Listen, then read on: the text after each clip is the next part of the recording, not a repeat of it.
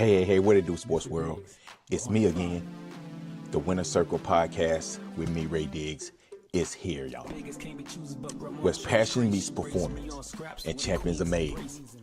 I'm your host, Ray Diggs, bringing you the energy, the insight, and the mindset from across the world of sports. From the locker rooms to the big stage, this is where the real ones talk and legends rise, and the motto stays the same. Winners will always win. The Winner Circle podcast with me, Ray Diggs. We are here and we ain't going nowhere. Make sure y'all tune in because we're about to go live now. Peace. Hey, what it do, sports world, and welcome to the Winner Circle podcast, man.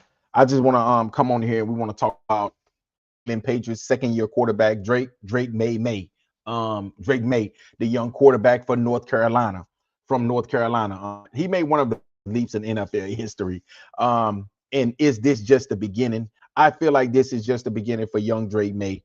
I think that this young man right here is on his way to stardom. In only his second year, Drake Maye received 23 first place votes for MVP in only his second season. Okay, he finished second to Matthew Stafford for MVP. And I think that if you give Drake Maye Matthew Stafford's weapons, I think that he do the same thing that that Matthew Stafford did.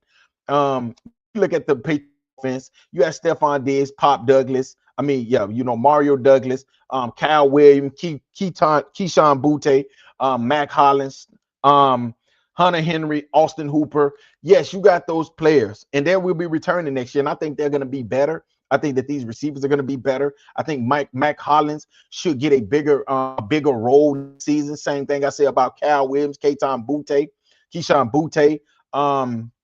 and Chisholm. I think Chisholm should get an opportunity. He's a really good slot receiver. I think he should get a good opportunity next season to be in the rotation. I will say I wish they would go out there and get him. I wish he would go out there and get him a more athletic tight end. And I think that if they're gonna move Will Campbell to the inside, to the tackle position, I think that they're gonna have to go out there and get a tackle. Go out there and get an offensive tackle. If they're gonna move him to the guard position, if they're gonna move Will Campbell to the guard position, I think they're gonna have to go out there and get a tackle to protect Drake Maye's blind side. So it's a lot of things that the New England Patriots is going to have to do in the offseason to get back to this and get Drake Maye to that next level. But I think that Drake Maye is going to be right up there towards the top of the best quarterbacks in the league next season. And I'm going to tell y'all something, man. And a lot of people is going to hate that I'm saying this, but I'm going to say it anyway. I feel like Drake Maye exceeded expectations in his second year. I don't think a lot of people really expected him to be this good this fast. But I tried to tell y'all, I even sent text messages to people. I said it. I said, listen, Drake Maye and Caleb Williams are the two best quarterbacks in that draft. And I still stand on that. Even though I like Jaden Daniels, I still say Drake Maye and Caleb Williams was the two best quarterbacks because of what I had seen, the body of work. Yes, I look at Drake Maye. Yes, I look at Jaden Daniels, and I always said this. First of all, he's little, he's small, and he do not know how to protect himself. And he runs a lot. The good thing about these quarterbacks is they don't want to run. They just run when they have to. Jaden Daniels run way more than the normal starting quarterback. So, and he did not know how to protect himself. As you can see this season, that's why he missed most of the season with injuries. That is the reason why I said that I would take Drake Maye. I would have taken Drake Maye number 2. Now, the Washington Commanders fans are saying that, oh, you crazy. Jaden Daniels had a hell of a rookie season. But you also got to think about this as well. What did Jaden Daniels have his rookie season that these other two quarterbacks did not have? I'll tell you what both of these quarterbacks did not have. What Drake Maye and what Caleb Williams did not have is they didn't have head coaches. They did not have offensive coordinators. If you remember, the Chicago Bears and the New England Patriots head coaches was about to be fired, which they did get fired, and new coaches came in. And what did New England bring in that Drake Maye did not have? He brought in Josh McDaniels, who was an offensive coordinator, an offensive-minded coordinator. Okay, the same thing with Ben Johnson. When Ben Johnson became the Bears head coach, he's offensive coordinator. Okay, so he knows quarterbacks. Guess what Jaden Daniels had his rookie year? He had an offensive coordinator, which was one of the best offensive coordinators in the league, which is Cliff Kingsbury. And he also had Dan Campbell as his head coach. So he already had coaching in place, something that these two quarterbacks did not have. And that is the reason why I can honestly say it showed in year two. In year two, you actually saw it. What did the NFL do for Jaden Daniels? It caught up to him. After 1 year, the NFL caught up to him his second season. And if we just look back at it, it ain't like Drake Maye and Caleb Williams had bad seasons. Their rookie year, Drake Maye had 15 touchdowns and 10 interceptions. I don't know what Caleb Williams had, but it ain't like they just had terrible seasons. And overall season, these two quarterbacks got better. They got their team better. And you saw it because both of these teams was close. Well, New England made it to the Super Bowl, while the Chicago Bears was almost close to making it to the NFC Championship. They was like an interception. I mean, if Caleb Williams takes his time and maybe the wide receiver runs the route, how a route's supposed to be ran, the Chicago Bears probably would have met against the Seattle Seahawks. Not saying they would have won, but they would have met them. But that is what I'm saying. These two teams right here, these two quarterbacks got their team this far in their second season, and they're going to only get better. So for people to say that they feel like Caleb Williams, that Jaden Daniels is just so much better than these two quarterbacks, is crazy. And then I got to throw Bo Nix in there as well, because Bo Nix, if he's there, they probably make it to the Super Bowl. Maybe they beat the New England Patriots and get to the Super Bowl. Maybe they got the type of team to possibly beat the Seattle Seahawks. I'm not going to say they would have, because I think the Seattle Seahawks was the best team. I think they would have beat anybody. Anybody that came out the AFC, I think they was going to beat them. So, but this is what the New England Patriots have. They have themselves a top 5, top 10 quarterback right now. And I'm tired of people keep talking about the quarterbacks of, honestly, I think this right here might be one of the best quarterback classes that we've ever seen, with Drake Maye, Caleb Williams, Jaden Daniels, and Bo Nix. This might be one of the best quarterbacks classes that we've ever seen. And also, when you look at this quarterback class, you have to understand that these dudes are getting better. Think about it. Jaden Daniels, minus Jaden Daniels, he did it his rookie year. But these other three quarterbacks, teams made it to the divisional round and the championship round. That is what these quarterbacks did their second season in the league. But everybody still want to put them, oh yeah, they're not in the top 10 yet because this quarterback right here is proven. But listen, it's only one quarterback that I can honestly say that's proven. Really, I'll put the quarterback that's won a Super Bowl. The quarterback that's won, Patrick Mahomes, he's over there by himself. I don't even talk about Patrick Mahomes because I already know he's solidified, he's stamped, approval, certified, baller, gamer, playmaker, shot caller. That's what Patrick Mahomes is. So I put him over there by himself. When I do the tiers, Patrick Mahomes is in the tier by himself. Ain't nobody in that tier with him. I don't care who it is. Now, the tier under him, if you want to put, okay, Matthew Stafford, Josh Allen, Lamar Jackson, Joe Burrow, okay, if you want to put them in there, cool. That's it. That's the second tier. Then the third tier, you can put, honestly, when the third tier comes, you got the Jordan Love, the Dak Prescott. A lot of people keep going to put Dak Prescott in that tier with the second tier, but I can't put him there. I can't put a quarterback that got less playoff wins than Drake Maye. I can't put him in that tier when you've been in the league for 10, 11 years and you still got the same amount of playoff wins as players that's been in the league for 2 years. Think about this. Jaden Daniels got the same amount of playoff wins that Dak Prescott got in his career. So how can you put him in tier 2 because he plays good during the season? No. You got to be in that tier. Like I'm putting that tier right there of the Josh Allens, the Lamar Jacksons. Yeah, Lamar Jackson the same way. You just never know what you're gonna get from him in the playoff. He known for choking in the playoff. But I'm gonna put him in that tier. And then, like I said, you got the Dak Prescotts. Okay, you got the Jordan Loves. You got the Jalen Hurts. You got the Drake Maye. You got the Bo Nix. You got the Jaden Daniels, the Caleb Williams. That's that tier. Okay. I'm going to put them all in that tier. The Trevor Lawrence. Okay. That's the tier that all of these quarterbacks is in.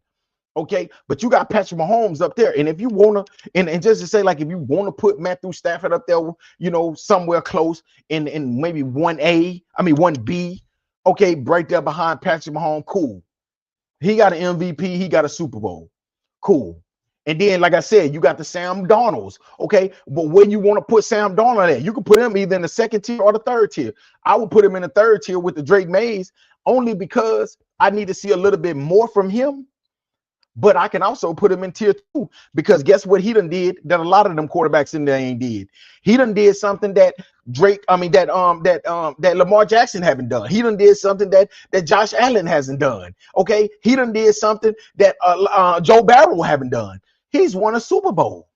Okay, and he played good on the way to the Super Bowl. So I mean, when you get these quarterbacks right, a lot of these young quarterbacks is already right there in that tier. These dudes is ready to take that next step.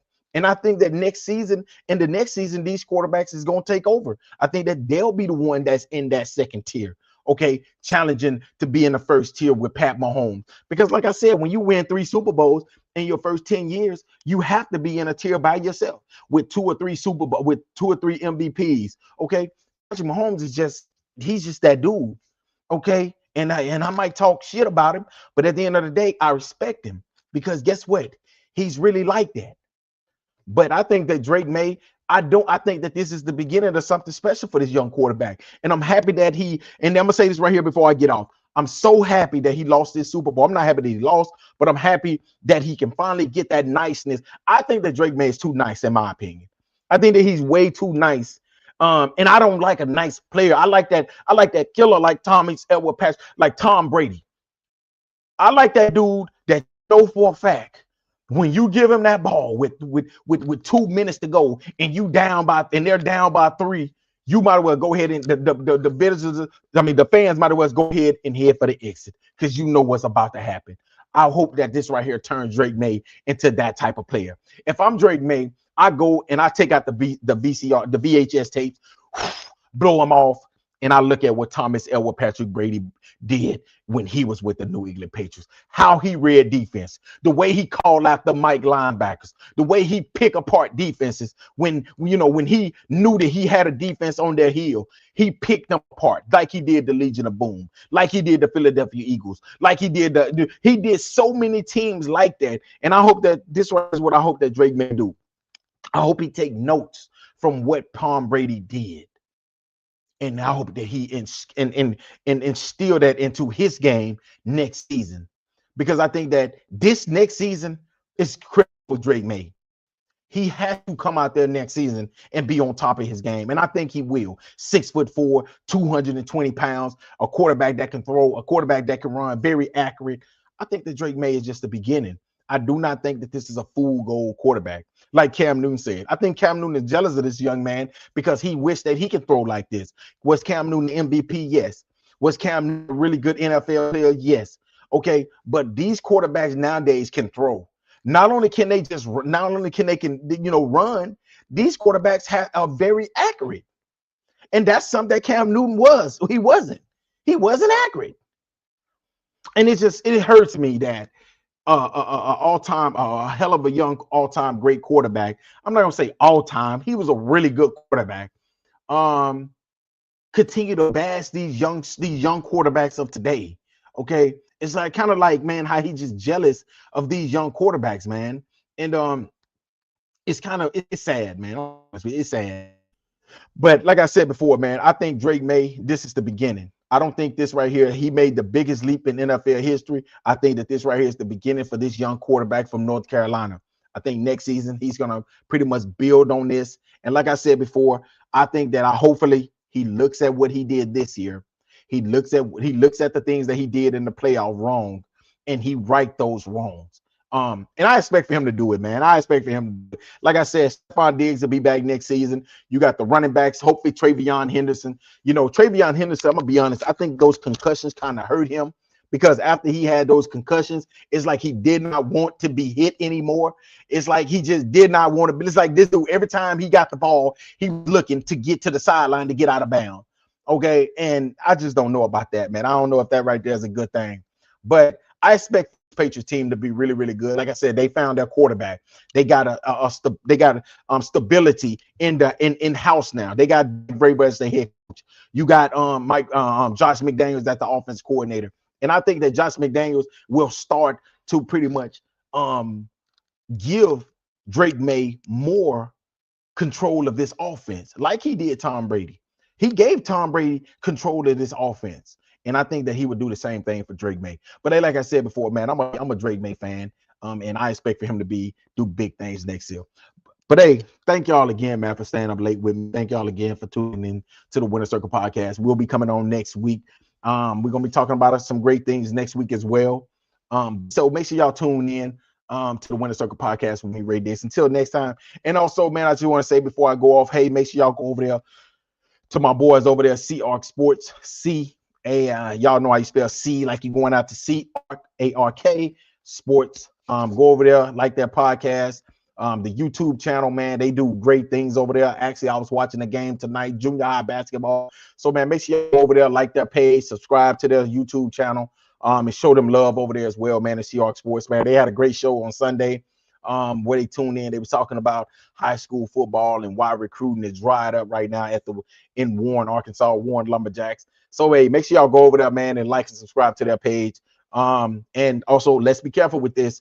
The page over there on YouTube, over there on Facebook, go over there, like this page as well. He's a really good close friend of mine. So make sure y'all go over there, man. Show them love as well, man. They do a great things down there in Southeast Arkansas when it comes down to high school football, basketball, baseball, softball. I'm talking about women, your young ladies basketball, everything.